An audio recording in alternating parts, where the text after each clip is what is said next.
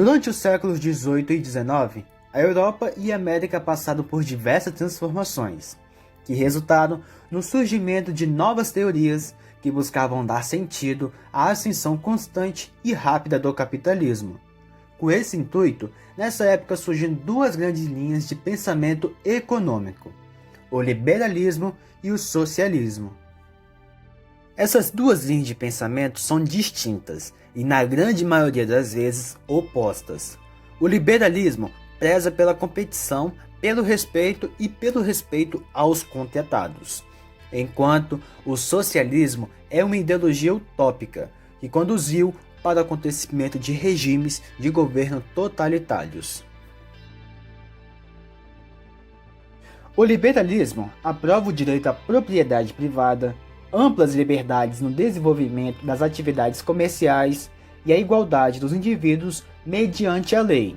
Além disso, elogiavam a prosperidade do homem de negócios, ao verem que sua riqueza beneficiava a sociedade como um todo. Dessa forma, acreditavam que a riqueza seria alcançada por todos aqueles que trabalhassem. Os liberais acreditavam que a pobreza do homem acontecia em razão de um fracasso pessoal, que para essas pessoas pudessem superar essa condição de pobreza, elas deveriam colaborar com seus patrões, ou seja, eles deveriam preservar os bens de seus patrões e se esforçar ao máximo no seu trabalho para a produção de mais riqueza. E ao mesmo tempo, eles precisavam ter fé e paciência, pois essas virtudes lhe ajudariam a superar a condição de pobreza. Porém, com os ideais liberais, alguns patrões durante a Revolução Industrial exploravam seus empregados, fazendo com que estes trabalhassem mais de 15 horas por dia sem condições adequadas de trabalho. Além disso, o que os funcionários recebiam de salário não era o suficiente para comer e sustentar uma família. Mas para os liberalistas, o conceito e o ideal de liberdade iam além dos aspectos econômicos. Eles pregavam a liberdade das pessoas sobre o seu corpo, sua mente e sua produção intelectual. Inclusive, foram os liberalistas que se mobilizaram fortemente para o fim da escravidão no século XIX. O liberalismo tem três grandes exemplos de sucesso para mostrar os benefícios da aplicação de suas ideias, que são eles a Revolução Inglesa, a Revolução Americana e a Revolução Francesa. Partindo para a interpretação socialista, temos um outro tipo de compreensão que nega os argumentos liberais que tentavam naturalizar as desigualdades. O pensamento socialista, inspirado por pressupostos lançados pelo filósofo Rousseau, tenta enxergar esses problemas como consequência das relações sociais estabelecidas entre os homens. O socialismo propõe a distribuição igualitária de renda, extinção da propriedade privada, socialização dos meios de produção, economia planificada e, além disso, a tomada do poder por parte do proletariado. Seguindo tal linha, os socialistas passariam a realizar uma crítica ao comportamento assumido pelos homens em sociedade que estabelecia tais diferenciações. Esse pensamento visa uma sociedade sem classes, onde bens e propriedades passam a ser de todos. O objetivo é acabar com as grandes diferenças econômicas entre os indivíduos, ou seja, a divisão entre pobres e ricos. Com isso, os socialistas colocaram em questionamento os argumentos que justificavam a pobreza através do fracasso pessoal, e assim trouxeram para discussão na sociedade argumentos e questionamentos sobre a lógica que formava a sociedade capitalista. Ou seja, os socialistas queriam reorganizar a sociedade industrial de uma maneira mais igualitária economicamente. Inicialmente, o socialismo era uma teoria exclusivamente econômica, desenvolvida pelos socialistas utópicos que ignoravam os aspectos políticos.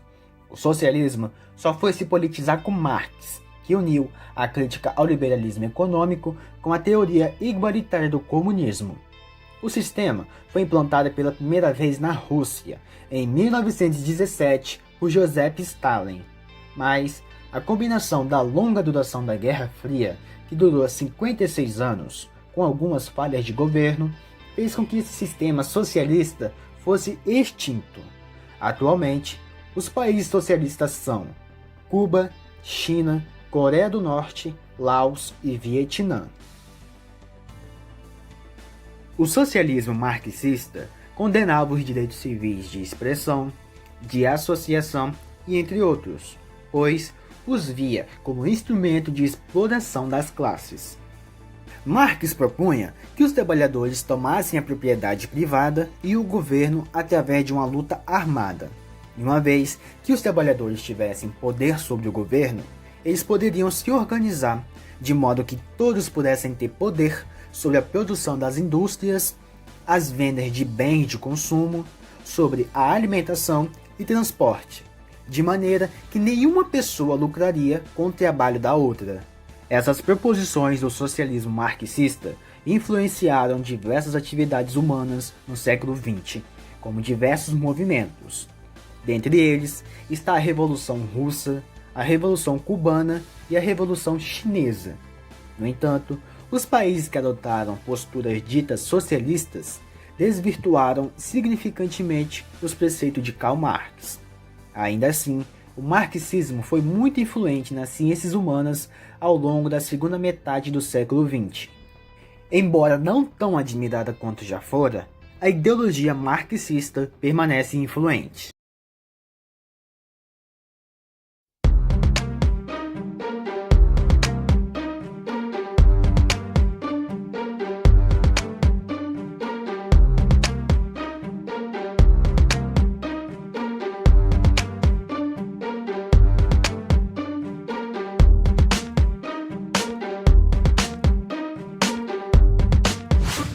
Você sabe o que é democracia ou cidadania? Então veja só esse vídeo e você saberá um pouco mais sobre essas duas coisas importantíssimas para o seu dia a dia. O que você entende sobre democracia? Democracia nada mais é que um sistema em que as pessoas de um país podem participar da vida política. Esta participação pode ocorrer através de eleições, plebiscitos e referendos. Dentro de uma democracia, as pessoas possuem liberdade de expressão e manifestações de suas opiniões. E sobre cidadania? O que você entende? A cidadania é o conjunto dos direitos políticos, onde é permitido ao indivíduo intervir na direção dos negócios públicos do Estado, participando de modo direto ou indireto na formação do governo e na sua administração, seja ao votar, que seria o método direto, ou seja, ao concorrer a algum cargo público, o meio indireto. O conceito de cidadania está fortemente ligado ao de democracia. É só lembrarmos que na antiguidade clássica, ser cidadão era ter participação política. A palavra cidadão servia para definir na Grécia Antiga o indivíduo nascido na polis e que tinha direitos políticos. Com o tempo, o conceito de cidadania foi se ampliando para além dos direitos. Hoje, ela está associada aos direitos e deveres dos indivíduos. Quando falamos de direitos e deveres, devemos entender que, como cidadania, a preocupação e o exercício de ações que garantam o desenvolvimento harmonioso da sociedade e a preservação dos direitos alheios. Esse modelo lúdico de falar com o eleitor, com o cidadão, ele funciona, ele marca na memória do cidadão e é o que a gente quer. A gente quer que o eleitor, o cidadão, reflita sobre as informações que nós estamos enviando a eles. A palavra democracia significa força do povo. Nesse sistema prevalece a vontade da maioria e o respeito aos direitos da minoria. Ser cidadão não é simplesmente cobrar seus direitos, mas lutar para defender os interesses dos nossos semelhantes. A democracia hoje é bem melhor. Eu mesmo estou com essa idade, se eu quiser, eu não voto, mas eu faço questão de ir à urna para votar. O pleno exercício da cidadania e da democracia estão associados à ideia de igualdade entre os indivíduos. Como já havia dito Albert Einstein, o meu ideal político é a democracia, para que todo homem seja respeitado como indivíduo e nenhum venerado. E é então por meio da cidadania que chegamos a um ponto importante desse vídeo, os movimentos sociais. A manifestação ou protesto é a forma como podemos exigir a cidadania, reivindicando e exigindo nossos direitos. O brasileiro luta por seus direitos, sempre em busca de cidadania de um país democrático. Alguns desses movimentos marcaram a história, como por exemplo, a Proclamação da República. Este movimento desencadeou a libertação do Brasil das mãos dos monarquistas, que governavam o Brasil através da monarquia constitucional parlamentarista. Esse movimento foi marcado por um público mais elitizado, que se uniu a Marechal Deodoro da Fonseca e, após um levante militar, instaurou a República em 15 de novembro de 1889. Outro exemplo muito importante que podemos citar foi a ditadura militar. O regime brasileiro, que durou de 1964 a 1985, levou milhares de pessoas às ruas. No dia 26 de junho de 1968, uma manifestação com mais de 100 mil pessoas no Rio de Janeiro levaram às ruas jovens que pediam pelo fim do regime autoritário. Na época, então presidente Arthur Costa e Silva negou as solicitações e ainda aprovou um ato que proibia os movimentos sociais, chamado de Ato Institucional número 5. Após ter ouvido os membros do Conselho de Segurança Nacional, resolveu baixar um ato institucional que tem como finalidade fundamental preservar a Revolução de Março de 1964, a fim de que possamos, saneando esse clima de intranquilidade que gera a desconfiança, o desconforto e procura de qualquer forma atingir o regime que precisamos defender, baixar um ato institucional. Mais alguns seriam as Diretas Já e a Geração Caras Pintadas. O movimento das Diretas Já contou com grande participação e apelo da população, que lutava para estabelecer eleições diretas para presidente no Brasil. Com o aumento crescente da inflação, a crise fez com que o sistema até então governado pelos militares diminuísse cada vez mais. A emenda constitucional foi votada em 25 de abril de 1984, porém ela não foi aprovada devido a artimanhas de políticos ligados ao regime militar. Em 1989 ocorreu a primeira eleição direta para presidente, após ser estabelecida na Constituição de 1988. O governo manda ao Congresso emenda prevendo eleições diretas para presidente em 88. Se a emenda Figueiredo derrotar no Congresso a emenda Dante de Oliveira, como espera o Palácio do Planalto, o Brasil vai ter eleições presidenciais diretas em 1988. O sucessor do presidente Figueiredo terá, portanto, um mandato de apenas 4 anos, mas terá direito à reeleição, assim como acontece nos Estados Unidos. A emenda Figueiredo marca para 86 a eleição dos prefeitos das capitais, junto com a eleição dos governadores de estado. Após as eleições diretas para presidente em 1989, elegendo o então presidente Fernando Collor de Mello, a população começou a se manifestar por conta das falhas que o seu governo estava apresentando. Os jovens que ficaram conhecidos como Caras Pintadas descobriram uma nova forma de protestar, exigindo democracia. No dia 29 de setembro de 1992, Fernando Collor é impedido como presidente do Brasil. Às 8h40 da manhã, quando o presidente Collor entrou no Palácio do Planalto, ele ainda estava no poder. Quase 2 horas depois, acompanhado da primeira-dama, dona Rosane Collor, o presidente entra na antessala do gabinete para ser comunicado de que estava sendo afastado. O presidente está visivelmente tenso. Ao seu lado, todo o ministério já exonerado. Na hora de assinar a própria saída, a consulta ao ex-ministro da Justiça. Confere no relógio até os segundos. A partir deste instante, começa a contar o tempo do afastamento. Um aperto de mão e o presidente sai. Às 10h35 da manhã, o presidente Collor deixa o Palácio do Planalto, de onde governou o país por 29 meses e 17 dias. Os funcionários recebem manifestações diferentes, emoção e vaias.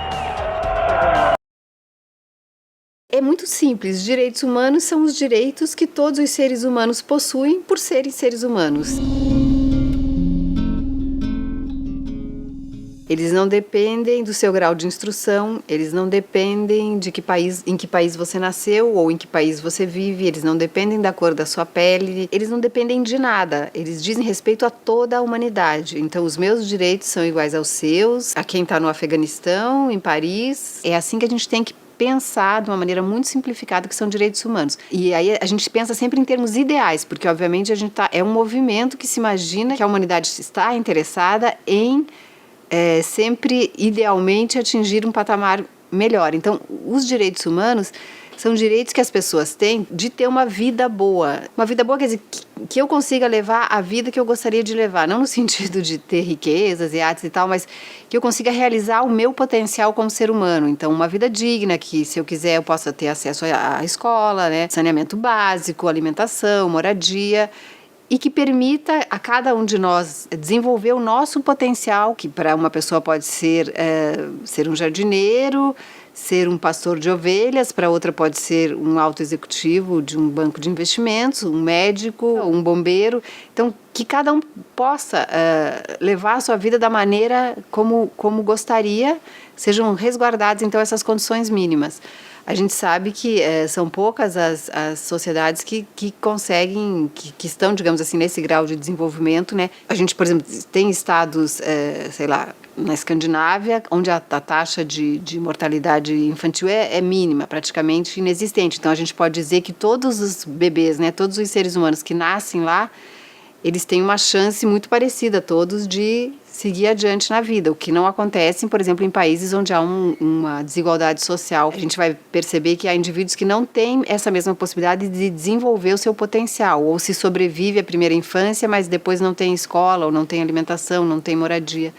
Então, em alguma medida, você fere a lógica que move essa noção de igualdade e de desenvolvimento das potencialidades de cada indivíduo.